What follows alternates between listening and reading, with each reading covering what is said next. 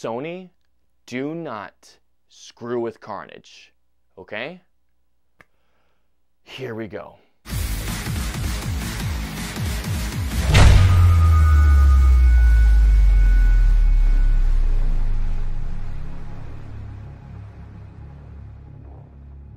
So Venom, Let There Be Carnage is a sequel to 2018's Venom, this film taking place a year after the events of Venom. And then Venom, Let There Be Carnage, we once again follow Eddie Brock, played by Tom Hardy, who is struggling to adjust his life with the Venom symbiote. Eddie is trying to restart his journalism career by interviewing Cletus Cassidy, played by Woody Harrelson. However, things seem to go wrong after a fight breaks out, and after Cletus Cassidy gets a smidge of that symbiote, he starts to become the symbiote known as Carnage. Alrighty guys, so let's get into Venom, Let There Be Carnage. Excellent! What can I say about Venom, Let There Be Carnage?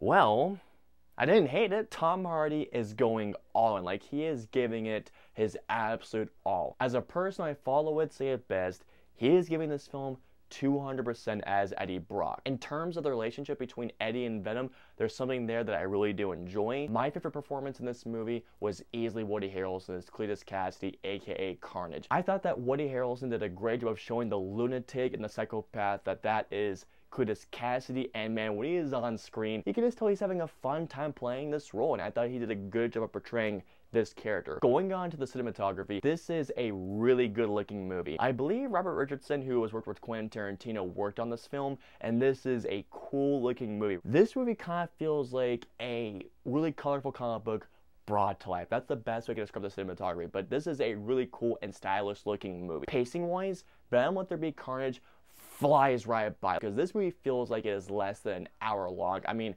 this movie flies right by. One more thing. Stay for the mid-credits. It is going to blow your mind. Well, that's just fucking great!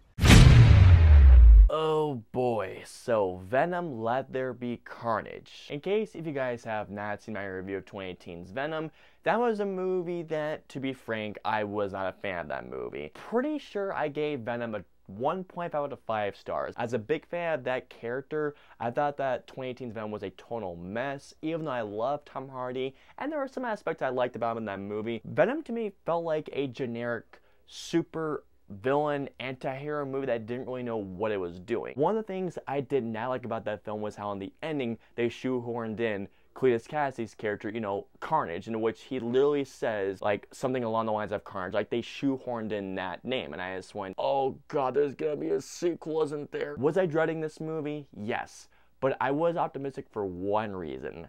Carnage is my second favorite Spider-Man villain of all time. I love that villain, and I was very excited to see how they would adapt Carnage. They did well, I thought, with Carnage. But, oh my god, this movie, guys, I won't say it's worse than 2018's Venom. It's on par with it, performances-wise. Oh my god.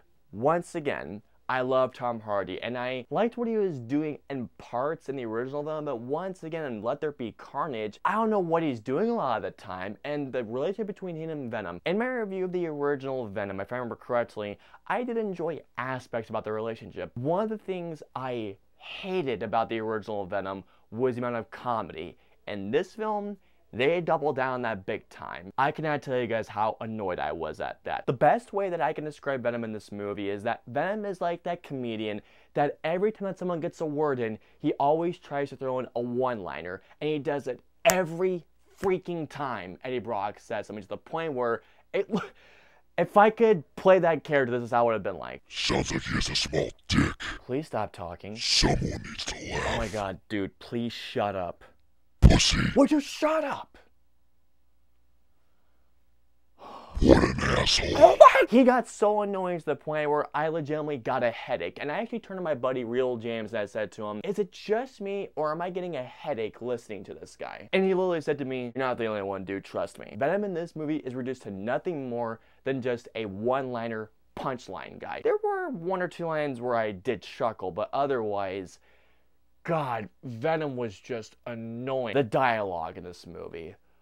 Oh my god, the dialogue. In particular, there is a line that Carnage says, I will not reveal it. But the moment I said that, I literally said in my head, okay, fuck this. It was so corny to the point where I just rolled my eyes. One of my other issues with the movie was the film's script. Not just with the dialogue, I mean, the dialogue itself is really freaking bad. But in my eyes, and this is weird saying this, but like, I felt there were not really any stakes, which is weird because Carnage is in this movie, you know, Carnage, one of the most psychopathic villains in Spider-Man lore. Even though he was in this movie, I just didn't really care for what was going on in this movie at all. Remember how I mentioned earlier that the film's pacing and editing is so fast to the point where the film's 90-minute runtime just flies by? At the same time, that is a catch-22. The film's editing and pacing is so frantic, and I mean, the film's editing and pacing is so fucking frantic to the point where there is literally no time to breathe or any time for development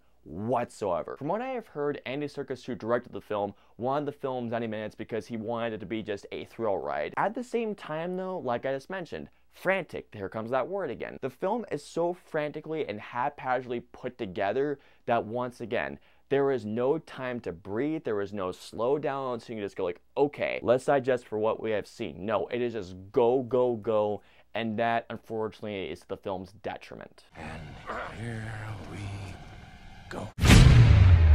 So overall, when it comes to Venom Let There Be Carnage, I think that if you enjoyed the first film, you're probably going to enjoy Venom Let There Be Carnage. However, if you're like me and you didn't enjoy the first movie, you're probably not going to like this movie either. Venom Let There Be Carnage is so haphazardly put together and so frantically paced that this movie is just a mess, at least in my eyes. All in all, I'm going to give Venom Let There Be Carnage a 1.5 out of 5. Like I had mentioned earlier, if you like the first movie, I think you'll enjoy this movie. But if you're like me and you didn't enjoy the first movie, I would say steer clear of this movie. So comment down below and let me know, are you guys looking forward to Venom Let There Be Carnage? Or even better, who is your favorite Spider-Man villain of all time? Let me know below. If you guys want to follow me on social media, I'm on Facebook, Twitter, Instagram, and Twitch. I'm also on Snapchat, so if y'all want to follow me on all those social media platforms, all the links in the usernames are in the description below. I hope you all enjoyed my review of Venom Let There Be Carnage. If so, please hit that like button, also subscribe, and don't forget to hit that notification bell for whenever the latest video of mine goes live. And by the way, guys, get ready because starting tomorrow and throughout October,